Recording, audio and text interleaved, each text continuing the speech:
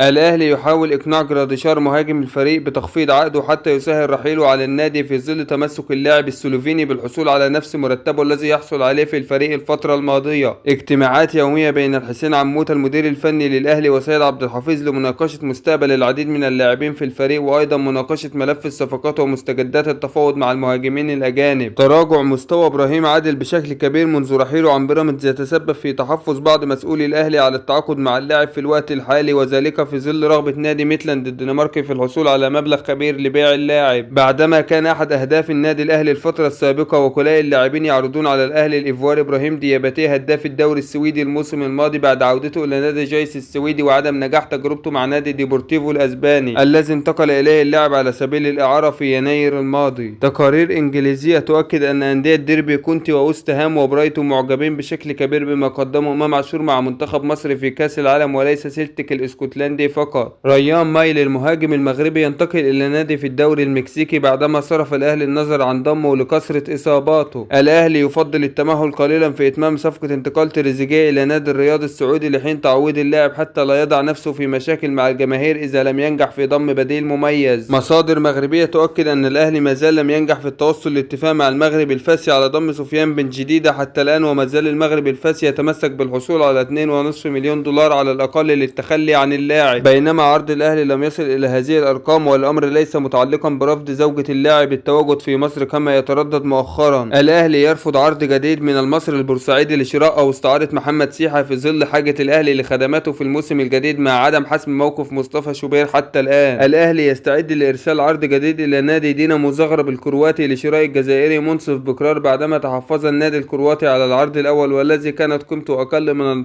2.5 مليون دولار. غزل المحلة ينفي كل ما يقال عن اقتراب محمود صلاح لاعب الفريق من الاهلي ويؤكد ان النادي يعمل على تسويق اللاعب اوروبيا ولا توجد مفاوضات رسمية من الاهلي في الوقت الحالي. الحسين عموتة مدرب الاهلي الجديد يمنح لاعبي الاهلي الدوليين اسبوعين راحة من التدريبات على ان يعودوا للتدريبات قبل السفر مباشرة الى اسبانيا والانتظام في المعسكر الخارجي. الاهلي يغلق ملف رحيل محمد عبد الله وعمر سيد معوض ويتمسك باستمرار الثنائي مع الفريق الموسم المقبل لعدم نجاح النادي في ضم اجنحة تلعب بالقدم اليسرى. الصحف الاسبانية تؤكد ان نادي برشلونة قريب من مواجهة الاهلي وديا يوم 19 اغسطس المقبل في خطوة استراتيجية لتعزيز حضوره في السوق المصري، وذلك رغم تأكيد مصادر في الاهلي ان معسكر الفريق سينتهي قبل 15 اغسطس. الزمالك يوافق على رحيل حسام عبد المجيد الى نادي لودو جروست البرغالي مقابل 1,500,000 يورو مع الحصول على 20% من قيمة اعادة البيع مستقبلا. الاهلي ينفي اتفاقه مع بيتر كوركيس لاعب دهوك العراقي بعدما نشرت تصريحات مفبركة لرئيس نادي خلال الساعات الماضية والذي اضطر للخروج وتوضيح تصريحاته مؤكدا ان هناك نادي مصري يفاوض اللاعب لكنه لم يذكر اسم الاهلي. احمد يحيى وكيل حامد عبد الله جناح ايسر نادي انبي ينصح اللاعب بعدم الاستعجال في حسم مصيره، خاصة انه تحدث مع مسؤول بارز في الاهلي واكد له ان النادي قد يلجأ للتعاقد مع اللاعب في الفترة القادمة. نادي فيا ريال الاسباني يدرس بشكل جدي اعادة هيثم حسن الى صفوفه مجددا بعد تألقه الكبير مع منتخب مصر في كاس العالم وخاصة امام الارجنتين. علي معلول ونادي الصفاقسي التونسي يترقبان بشدة زيادة عدد الاندية المشاركة في دوري ابطال افريقيا والكونفدرالية الموسم المقبل على امل المشاركة في دوري الابطال بدلا من الكونفدرالية. صحف فرنسية تؤكد ان اولمبيك مارسيليا ينضم الى الاندية المهتمة بالتعاقد مع هيثم حسن بعد تألقه الكبير في كاس العالم. نادي القرمة العراقي يطالب احمد عبد القادر بالعودة الى العراق للانتظام في فترة الاعداد استعدادا لانطلاق الموسم الجديد يوم 14 اغسطس المقبل. سيراميكا كليوباترا يوافق على رحيل فخر لقاي الى الاهلي طرابلس الليبي نهائيا بعد تألق اللاعب في الدوري المصري في السنوات الماضية. ساديو ماني نجم المنتخب السنغالي يعلن اعتزاله اللعب الدولي بعد الخروج من دور ال 32 بكاس العالم. منتخب جنوب افريقيا يدرس بجدية تعيين بيتسو موسيماني مدرب الاهلي السابق مديرا فنيا للمنتخب بعد رحيل هوجو بروس. عمر مرموش يدافع عن نفسه في ظل الانتقادات التي تعرض لها من بعض النجوم السابقين مؤكدا انه لا يوجد لاعب يمثل بلده في بطولة بهذا الحجم ويتعمد التقصير، وانه لا يوجد شرف اكبر من تمثيل المنتخب الوطني، وان هذا الجيل مازال امامه الكثير ليقدمه لمصر. حفيظ دراج النجم الجزائري يؤكد ان الاستقبال الجماهيري لمنتخب مصر لم يكن احتفالا بكاس او ميدالية بل تقدير لمنتخب قاتل بشرف وقدم بطولة كبيرة واعاد للجماهير المصرية الايمان بقدرة منتخبها على منافسة الكبار. شريف اكرامي يؤكد ان منتخب مصر حقق مكاسب كبيرة في كاس العالم رغم الخروج، وان الفراعنة منحوا الكرة المصرية مكانة جديدة عالميا، مشددا على ان المنتخب كسب احترام العالم وان ما يتحقق اكبر من مجرد نتيجة مباراة او بطولة. وبكده تكون انتهت اخبارنا، وما تنساش تصلي على النبي محمد صلى الله عليه وسلم، فلا خير لمسلم يتجاهل الصلاة على الحبيب المصطفى، وما تنساش الاشتراك في القناة وتفعيل الجرس ليصلك كل جديد.